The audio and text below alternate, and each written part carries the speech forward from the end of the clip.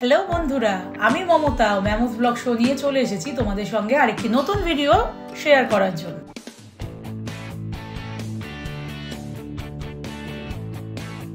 তো দই গন্ধরাজ ঘোল বানানোর জন্য প্রথমেই আমি মিক্সিতে কিছুটা চিনি ক্রাশ করে নেব, একদম গুঁড়োটা যাতে মিহি হয়ে যায়। তো দেখতে পাচ্ছ বন্ধুরা যে কতটা মিহি হয়েছে, একদম গুঁড়ো হয়ে গেছে, মানে যার মধ্যে একটুও দানা থাকবে না। এরপরে আমি মিক্সির বাটিতে কিছুটা দই নিয়ে নেব।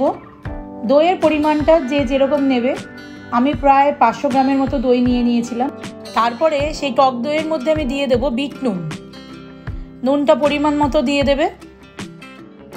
এইবারে ওই ক্রাশ করার যে চিনি, সেইটা আমি এখানে 2-4 চামচ দিয়ে দেব। এরপরে এই পুরো অংশটাকে আমি ভালো করে মিশিয়ে নেব।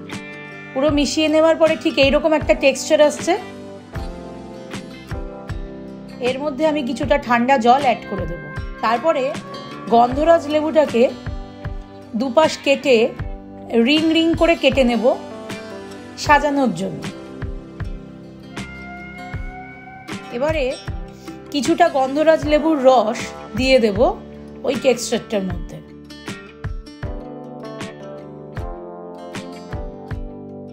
তারপরে আবারও আরেকবার ভালো করে মিক্স করে নেব।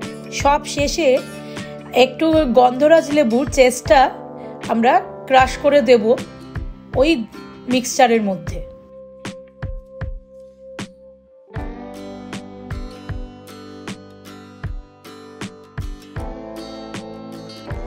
গ্লাসে মিক্সচারটা ঢেলে নেওয়ার পরে তার উপর গ্লাসের ওপরেও আরেকবার গন্ধরাজ লেবুর চেস্টটা আমি এরকমভাবে ঘষে দিয়ে দেব।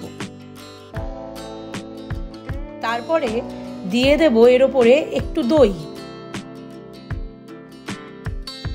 এর ওপরে দিয়ে দেব অল্প একটু বিট নুন। ফাইনালি এই রিং রিং করে রাখা লেবুগুলোকে গ্লাসের ওপর সাজিয়ে দেব। তো বন্ধুরা, এই রেডি হয়ে গেল আমার দই গন্ধরাজ ঘোল। কেমন লাগলো তোমাদের অতি অবশ্যই জানিও। আর হ্যাঁ, না খেয়ে তো জানাতে পারবে না, বাড়িতে তৈরি করে ফেলো, ঝটপট করে খাও, খেয়ে বলো যে কেমন লাগলো।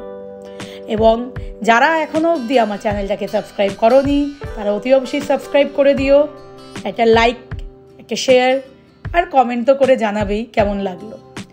তো আবার আসবো খুব শিগগিরই আরেকটি নতুন ভিডিওর সঙ্গে। ততদিন পর্যন্ত খুব ভালো থেকো, এই গরমে সুস্থ থেকো।